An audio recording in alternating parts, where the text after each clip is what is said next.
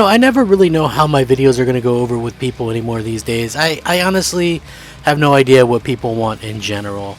To be honest, I think YouTube is such a strange thing. When I was really just kind of starting out at the beginning of the Xbox One life cycle, I just felt like Xbox was getting an unfair shake. I'm starting to see some of that again right now, where Xbox is sort of getting an unfair shake when it comes to some things, especially when it looks like from the outside a lot of things are coming together quite well for Xbox. But this, in my opinion, is something that is a bit of a problem, and I hope people don't quickly turn on me. Not that I have many people left, but it's just an unfortunate thing when this stuff happens, and I wanted to get into it, and I felt like it deserved a video because this is something that I don't see enough people talking about, and I do think that it is something that is a little bit of a concern, but it's a concern that I raised a while ago, so maybe you might not think it's a valid concern. We'll find out. Let's get started. What's up, everybody? I'm Crap Gamer, and this is Crap Gamer Reviews, your home for gaming news, opinions, reviews, and much more. You'll probably notice a few changes around here, but that shouldn't stop you from giving us a like and possibly consider subscribing if you haven't already done so. Thank you so much for choosing to spend some of your free time with me. Honestly, it means a lot. If you would like the video, it helps them to be seen and stuff like that.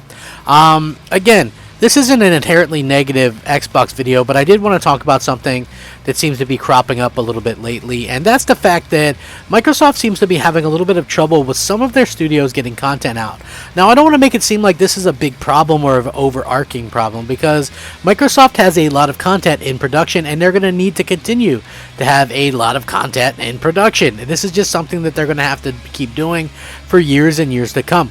And the reason why is because, quite simply, they have Game Pass, and Game Pass is something that is going to need to be constantly flooded with so much content that it's crazy, and that is the part where all of these studios kind of come into play.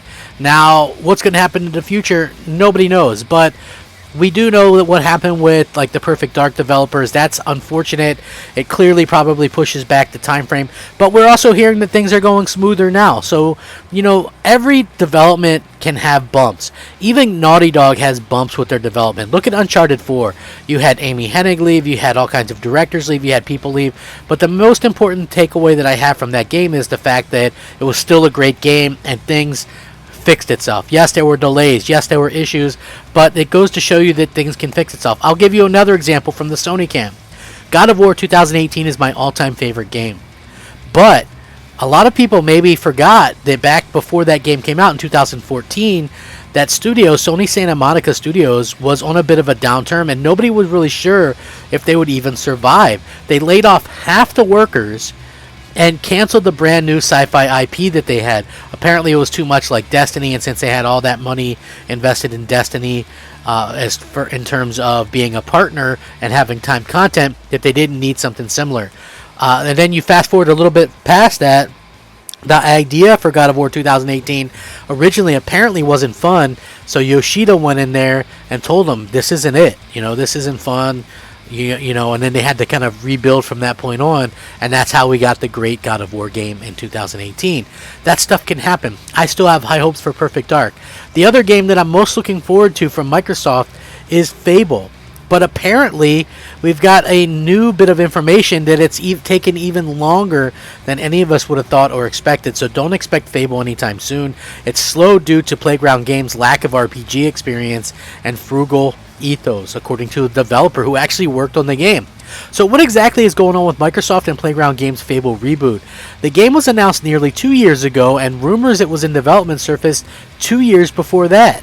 So shouldn't we have seen something beyond a very basic teaser? It feels like development is progressing rather slowly for a studio that pumps out massive open world Forza Horizon games on a very regular basis, and it seems like now we have some insight as into why that's happening.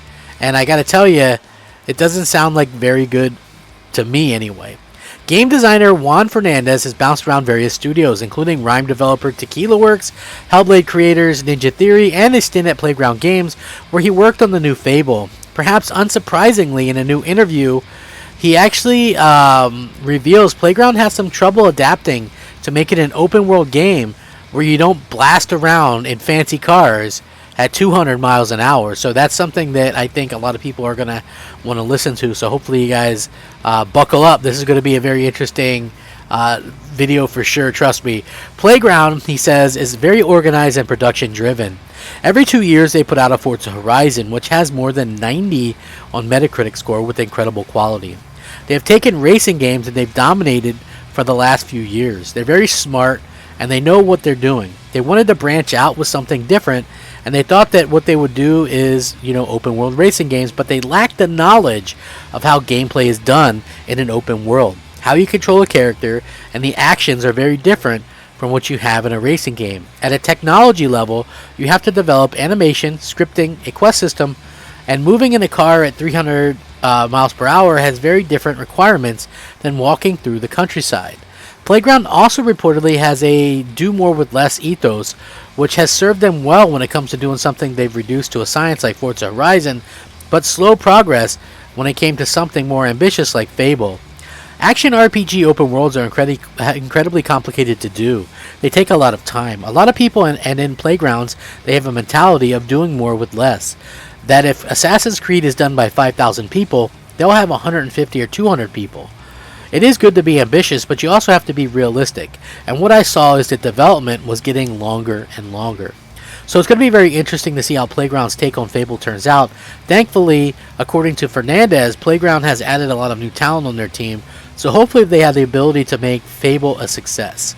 Obviously, we have no release window, we have no footage, we have nothing to go on that, but it is very interesting to hear that things have been very slow because they don't know how to do that. That was an initial worry. So what I'm about to talk about is a little bit of a rumor, but I kind of wanted to talk about it anyway.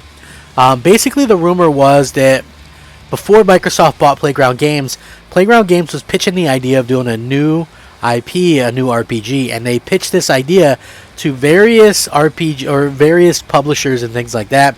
Nobody wanted it. Nobody bid on it. And then at this particular time in 2017, Zelda Breath of the Wild and Horizon Zero Dawn had released and were doing very, very well.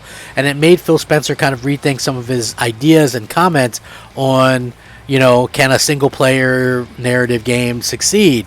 And he decided, hey, he went back to him and said, can you make this into a Fable game? And they were like, yeah. So basically, supposedly, this game has been in some sort of production since 2017, 2018. And here we are in 2022, and we haven't seen anything from it.